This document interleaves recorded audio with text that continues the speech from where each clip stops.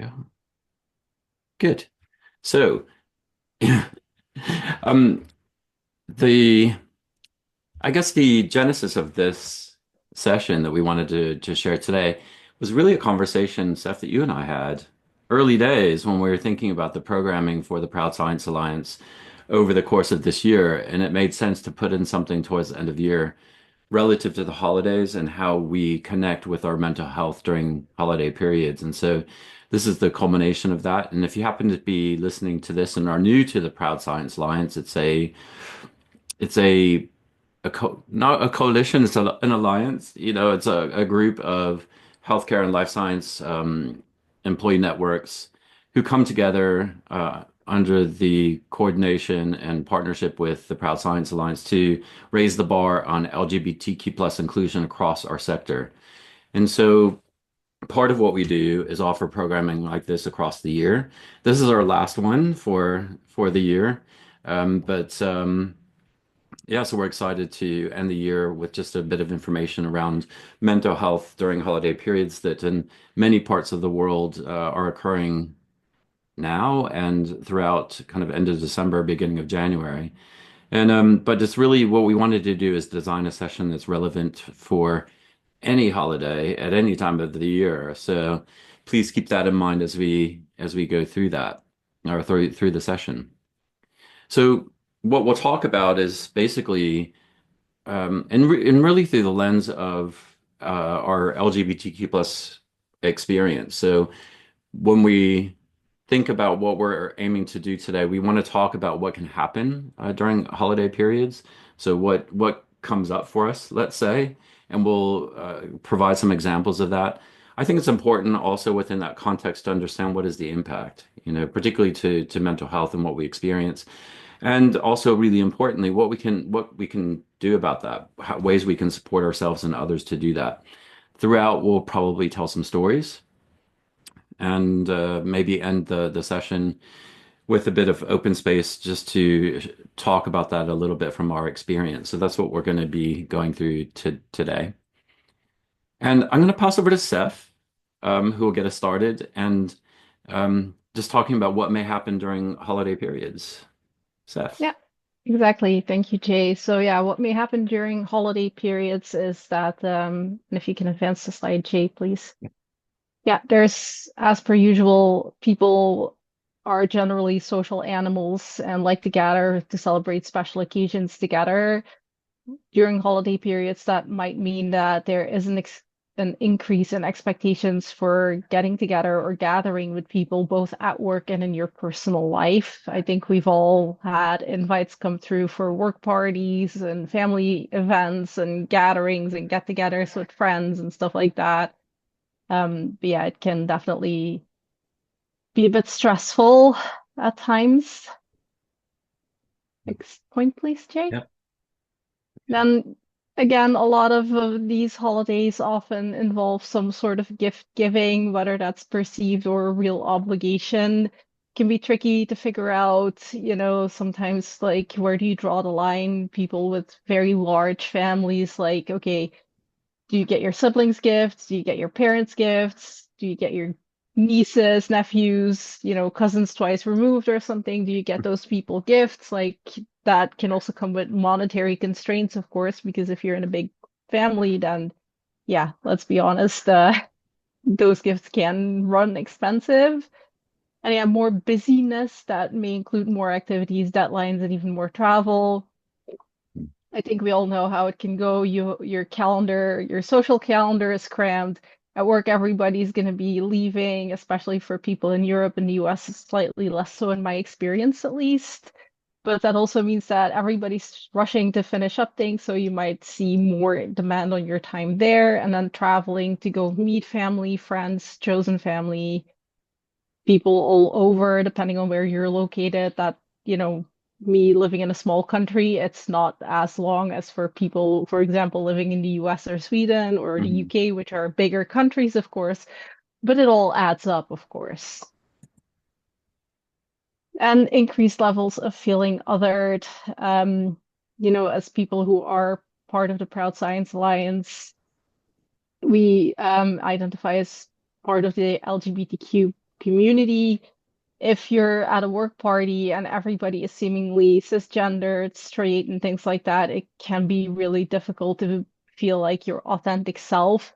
I know that especially the organizations within our network are doing their best to be inclusive of everyone and, lower that threshold to bringing your true authentic self, even to work parties. But when you're going to a family party, they might not be as accepting, unfortunately, which can leave you with a feeling like, you're the odd one out. Yeah. So, well, before we advance too, I just wondered, Al, if you had anything to add here that just point out that we haven't really mentioned that kind of came to you, I guess, as Seth was speaking. Al, you are on mute. Mhm. There we go. Typical. Thank you. One of the things I've just recently realized is with the increase of more inclusive holiday films, like they're actually making me feel more othered because I've suddenly realized how much I just accepted all of the kind of other holiday films that were all kind of yeah, all about straight families and one woman finding her prince, and which I never really buy into anyway. So it was more of that. And then also the other one for me, like with travel, like our families are away from us. And that's because we're queer. We both moved, my wife and I both moved somewhere that's really queer friendly, away from places that are less queer friendly, which means both of our families aren't near us. So it's like more travel on top of that. So I mean, yeah, no, not necessarily new points, but just kind of agreeing and adding my context into some of the points that you'd already mentioned, really. Yeah. Yeah, and I think likewise, I mean, these all certainly resonate with me too. I think one of the new things for me this year is I moved to a small village in Southwest Wales, and everyone kind of knows everyone, and we've been here long enough where we fit into that, the different social groups and that sort of thing, that's something new that I hadn't experienced before about um, not really pressure, but a sense of obligation to connect with our community here and different people hosting various things, I suppose. So yeah, so I think it's all contextual. And luckily, we're accepted as queer people who live here. So that part is fine. But I think also there's just an increased expectation for gatherings is the thing. But it's there's lots of different ways that you might feel that, I suppose. So why don't we go to you, Al, next, and you can talk us through the potential impact. Yeah, so just to say an introduction, like at least a quarter of us are likely to already have mental health challenges, and that increases the more intersectional you are, the more other identities you have, or if you're bi or pan and trans, tend to have increased incidence of mental health. So whatever's going on for you already is likely to increase because of the pressures that Seth has just already mentioned. And on top of that, we've got some specific kind of holiday related things here to share with you. So exhaustion and overwhelm, that might be from the travel and physical stuff, buying things, but also like the mental strain of organizing things, especially if you're neurodivergent, that can add to that exhaustion and overwhelm that you might feel. A lot of emotional discomfort, anxiety, depression. So the forcing to kind of those obligations to be with people you might not always be with more people in different ways, and everything else, obligations or not, what decisions you make can lead to that emotional discomfort, anxiety, and depression increasing. Yeah, there's a lot of hope, I think, around the holidays, which is great. And particularly New Year. I think New Year is one of the challenging ones for me as well. And then the disappointment that sometimes comes with those unrealistic expectations. Or maybe we just like, it's great to live in hope for a while. And they might not always be met, especially if it's stuff that you can't directly control yourself. You know, the things that you can hope and dream for yourself, great. You know, maybe just extend the deadline a bit and you can have it. But those hopes about, you know, somebody being a bit nicer to you this year than they were last year and it kind of doesn't turn out. Yeah, they're lovely to have, so don't not have them. But when they're not met, it can be a real challenge. Yeah. And loneliness, you know, we'll all have different relationships with our families. We might not be as connected with families as other people. You may or may not have a partner or partners, and that can be really complex within your networks as well. So increase in loneliness, feeling isolated and disconnected when everybody else seems to be really connected and off to see their best closest friends who are the family. And you know, the reality of that is that might not be true for anyone anyway.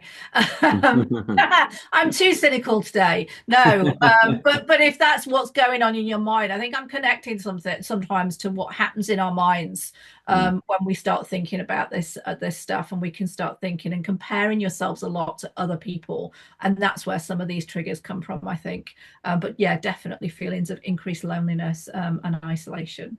Yeah, for sure. And I think in terms of a summary list that really does a great job of hitting all the notes, so to speak. But like before, Seth, I'll just ask you if there's anything here that stood out, but also is there anything you would kind of add to this list? Yeah, I just wanted to touch on that first bullet point again with the exhaustion and the feeling overwhelmed physically, especially if you're also neurodivergent. A lot of holidays include specific types of music, foods with specific scents. You know, I can go on, loud lights, loud stuff like that. Rowdy family members that have maybe had a glass of wine too many. You know, so for neurodivergent people, there's always that sensory overload component. And while we're seeing more acceptance toward LGBTQ people worldwide, and fingers crossed with what's to come next year. But um, still, saying like, okay, I just need to withdraw myself a little bit just to, calm down a bit. That's still not as accepted. In addition, if you're traveling, you might not be in your environment where you're comfortable, where you have all your stuff. You might not be sleeping in your own bed, which, it just all stacks on top of each other. And then it's also really easy to end up in that last point because you're sitting there and you're just so overwhelmed with everything. You're anxious. You might be dealing with seasonal affectionate disorder, if I'm saying that right. Sorry. Mhm. And you just might not have that mental capacity to form that connection anymore or to even just carry a conversation, especially if you're dealing with the aunties that are like, hey, when are you going to get married? Now, I myself am married, so I'm not having those conversations anymore, but I know that for other people, there are, family members or potentially even friends. They're going to be like, hey, when are you getting married? When are you having kids? Which can be really sensitive topics. So it all stacks up, right? Yeah. Yeah, I think that really resonated with me. This idea of on its own, one of those things might be okay, but you kind of add them up and it just compounds the impact, so to speak. And I think you touched on something that's close to my experience, which is seasonal affective disorder, and it's something I deal with every winter anyway, to varying degrees. And I think for those, in the UK, Europe, lots of places really where the primary holidays are like Christmas and associated activities and that sort of thing. What we just talked about, this increased expectation that you're out and about and people want you to come and join in and having to manage your own energy levels, that really for me are lower. If it's summer, great. I love a party and all of that, but during the winter, not so much maybe. So it does lead to all of these things. So great. And so I think with that in mind, both kind of what could happen and the impact, we wanted to touch on a few things that would hopefully be helpful in terms of how you can support yourself. And I'll go through this, but invite Al and Seth as we go through to add in. And the way it's divided up really is that there's things that you can think about in advance of going into holiday periods or knowing that you have something that you're going to have to be sort of up for, let's say. And again, it doesn't have to be just defined or around this time of year. There's holiday periods in different parts of the world all the time. So thinking about that, then a good way to start is really to plan ahead. And I think this is something I've had to learn, because I think it's about understanding, what's going to be happening and then thinking about the energy it's going to take, but also what you might experience when you're in a certain group, whether that be family or work or something like that, in that way that we kind of talked about, that maybe isn't as inclusive, or it doesn't feel like maybe you can be as much of yourself. And so having things like an exit strategy, I never thought about that before. And I think maybe I did it a bit intuitively, but I was thinking about this actually, and I'm married also, and I have had conversations, I know, with my husband in advance of going someplace and just saying, by the way, this is a signal, that I'm serious about, we need to head out now, because I've kind of had enough, and likewise for him too. But yeah, planning ahead is a good strategy to use. I think we touched on this, but kind of setting realistic expectations, and a lot of times what we have in mind doesn't necessarily always happen. And I think part of it is just being kind to ourselves and realizing that we're doing the best we can. And but yeah, so not certainly, as I think Alice said, it's really important to be excited, have hope, all of those things, but also be realistic as well, and be mindful of that. Yeah, and then certainly. Something that I certainly practice is connecting with myself and understanding how I can do that effectively to support myself during times like this, and also the community as a whole. And by community, I think you can extend it out. I think in this case, I would say the queer community, or people who are close to you in particular, because those are the people that really might understand more of your experience, let's say. So beforehand, it's a way to basically charge your batteries in a way. And I know when I spend time with certain groups of people, I always feel like I'm full, kind of overflowing because of the love and care, support, everything that I'm given by doing that. And I think that also happens when I look after myself, so if I'm consistent about, because I like to work out, if I do that, 5 or 6 days a week, move my body, that is helpful and restorative. So, but Al or Sepher, is there anything that stood out for you here? Anything that you would add in terms of preparation for going into periods like this? Yeah, with the planning ahead and the setting realistic expectations, especially if travel's involved, Mm, keep in mind that there might be delays, especially if you're using public transportation, things like that. So don't cram your schedule so full that you're going to be stressing because, oh, if my train is delayed or if my plane is delayed, I might not mhm. get there on time. Give yourself some grace, but also give other people some grace and, maybe build in some buffer time, as they like to say in Star Trek. It I know that for me at least, we do a lot of traveling for the holidays, and even if it's in a small country, traffic can be a total nightmare here. So we're just like, no, we go this place one day and then we go back home, and then the next day we go to the other place, not both on the same day because it's just too much for everyone in my family. Yeah, that's such a good point, because my husband just was in London this last weekend, and it's the start of more heavy travel, let's say, and his train was canceled, and so he caught the next one, but basically had to stand up most of the way. Um, so I got text messages saying how awful it was and stuff, because he didn't really necessarily plan ahead or anticipate that, but who would? It's like it's not yet sort of high. Yeah, you would.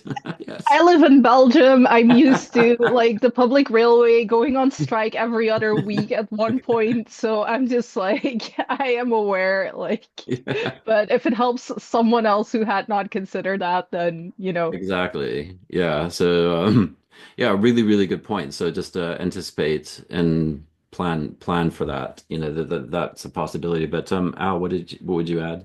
And just to extend that, I was also in London, and it took us Mm, twice as long to get from one place to another. mm, To be fair, it was right through the center of London, mhm. but like just even walking, I was in my mobility scooter, but yeah, trying not to run people over or sometimes to anyway. Right. I didn't say that. But yeah, even just walking from one place to another, and the restaurant was like, yeah, everybody's been late. So totally agree with that. But I also want to pick up on something Jay said about your regular routine. It's really Mm, easy to let your regular routine go. And for many of us, our regular routine mhm, is there, and that's what keeps us good. And that can what be really disorienting. So plan ahead. So like I'm finally looking forward to going to Italy because I'm gluten free, and my wife has taught like the family about she really needs gluten free, which is a real challenge in Italy. yeah. But that's making me feel a little bit more relaxed because if I didn't have that, it really messes me up. It causes huge stress. So the bits that I'm then out of control with in terms of my regular routine, kind of planning ahead to try and keep at least some of those was really helpful. So yeah, Yeah. just picking up on what Yeah. of your regular routine can you keep going? Yeah.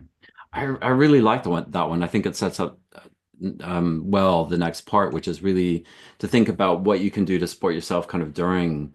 And it this what you're saying there basically is to say what you need or to be open and before, but also during, you know. So if you need something, if you need to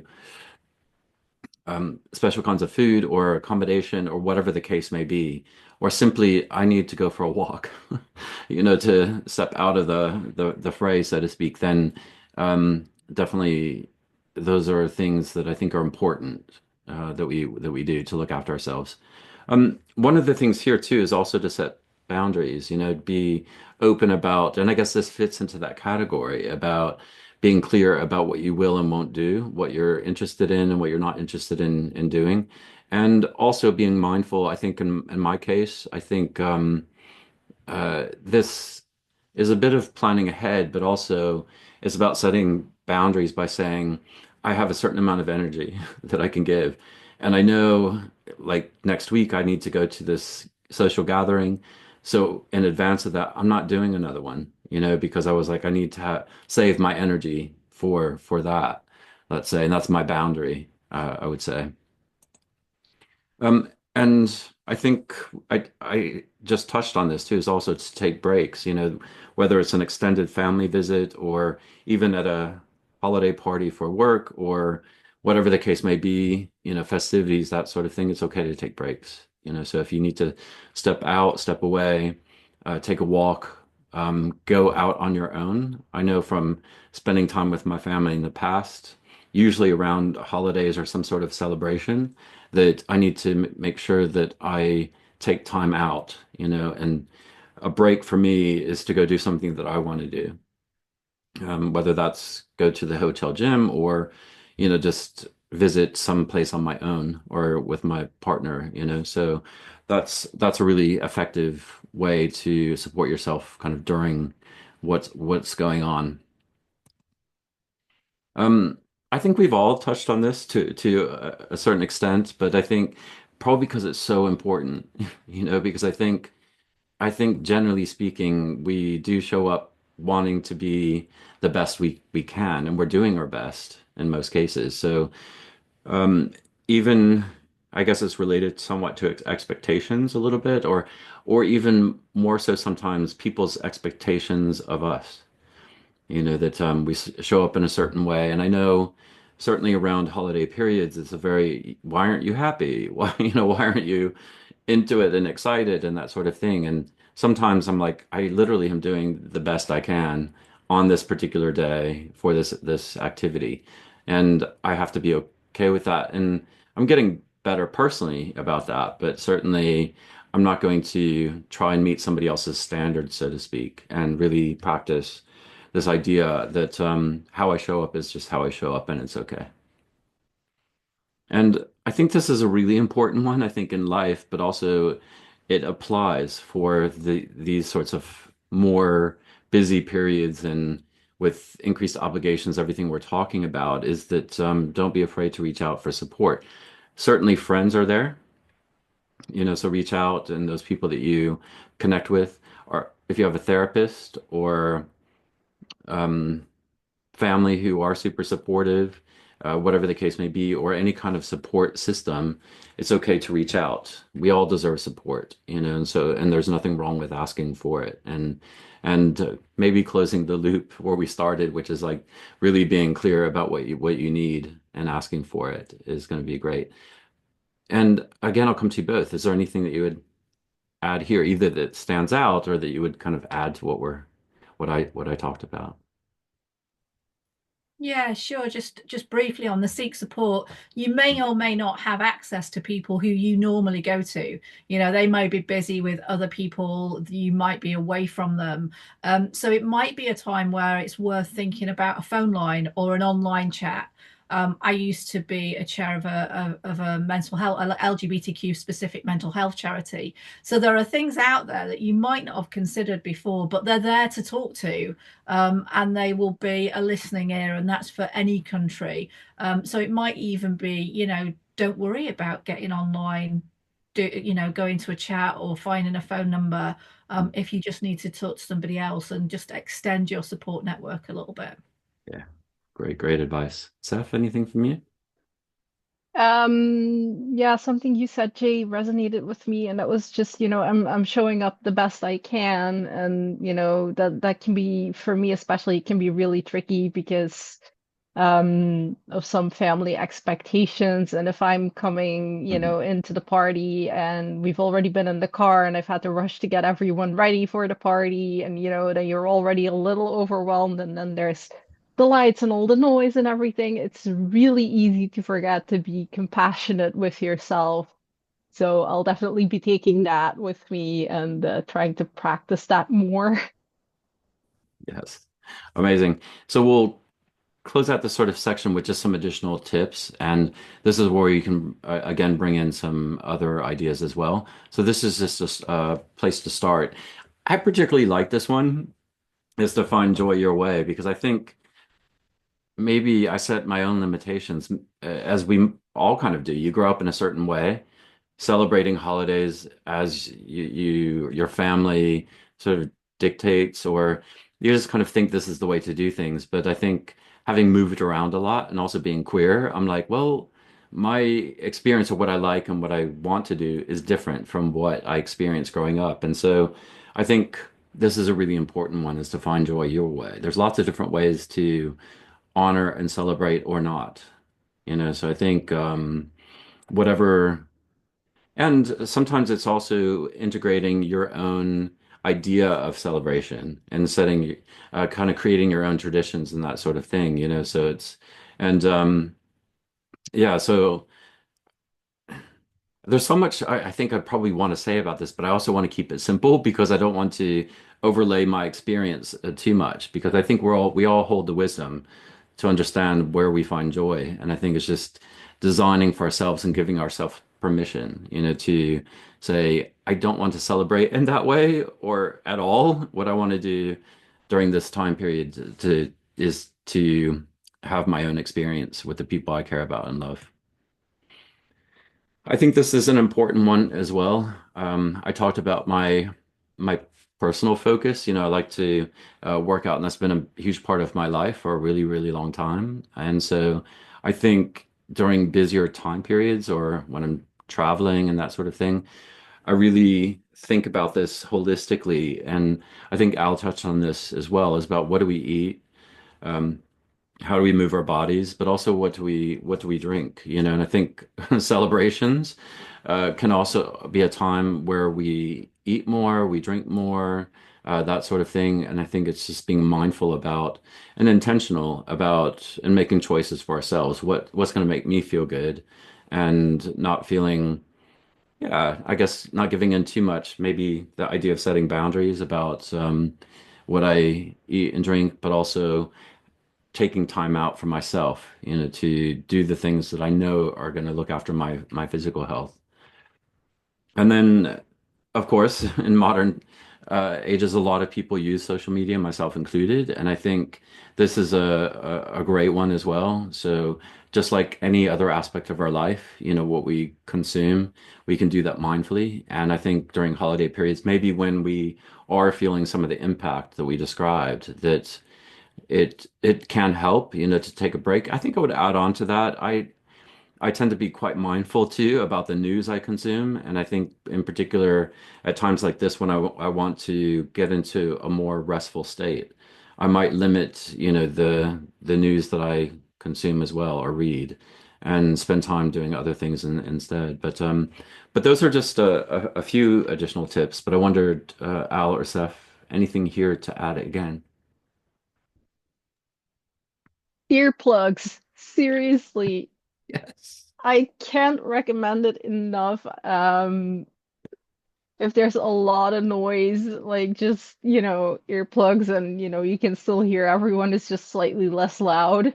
And yeah, just, I would also recommend, chocolate, but I kind of might go against the second bullet point. Take care of your physical health, but chocolate is but how I find joy sometimes. So a little piece here and there, that's totally fine in my book. Then again, I live in a country that's famous for its chocolate, so it's all about what works for you, right? But Yeah. yeah, it's a balancing act, and as with everything, there are people available you can reach out to if you feel that things aren't going well for you, and don't hesitate to do that. Yeah. Great advice. Al. Yeah, I also love the find your joy. I'm like, what brings me joy? How is that specific about the holidays? Like what of my daily life that brings me joy that I want to keep doing? But what brings me joy may be connected to the holidays. I love that. And also just to pick up on what you were both saying, lean into your coping strategies.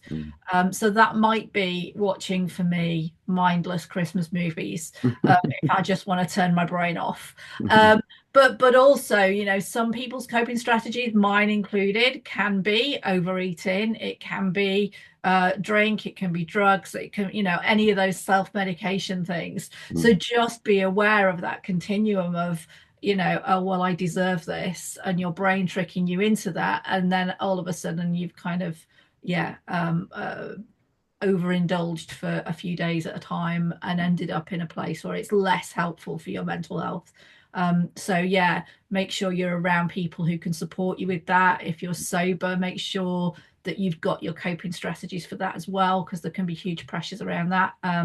So yeah, lean into some good stuff that finds you joy, but isn't your brain tricking you into thinking, oh, you deserve this, when actually it might not be helpful.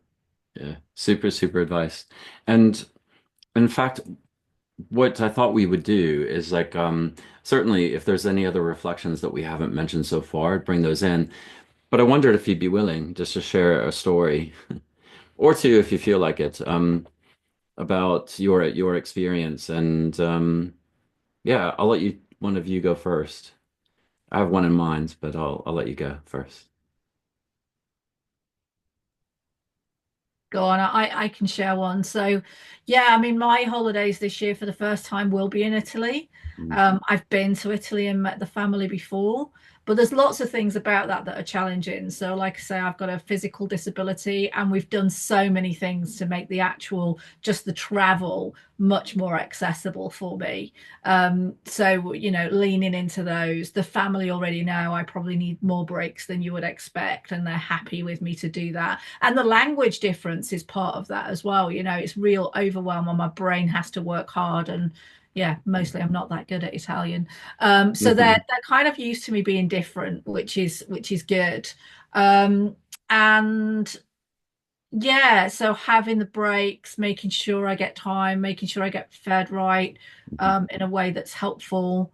I think all of those things are important. And honestly, I realized, having a bit of a rest before Christmas, we may be a bit late for this, but literally last week I had a bit of time off, and I was suddenly looking forward to traveling and going mm, away.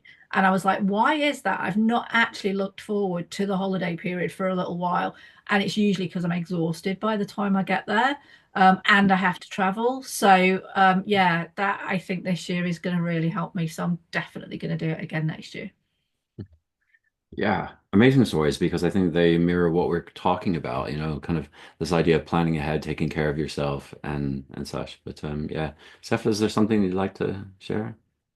Yeah, just, also learning from past experiences. Last year, for the past, I think, 2 decades or so by now, we've been celebrating New Year's Eve with the same group of friends. We usually have like a winter barbecue, sort of potluck style. People bring, somebody brings the appetizer.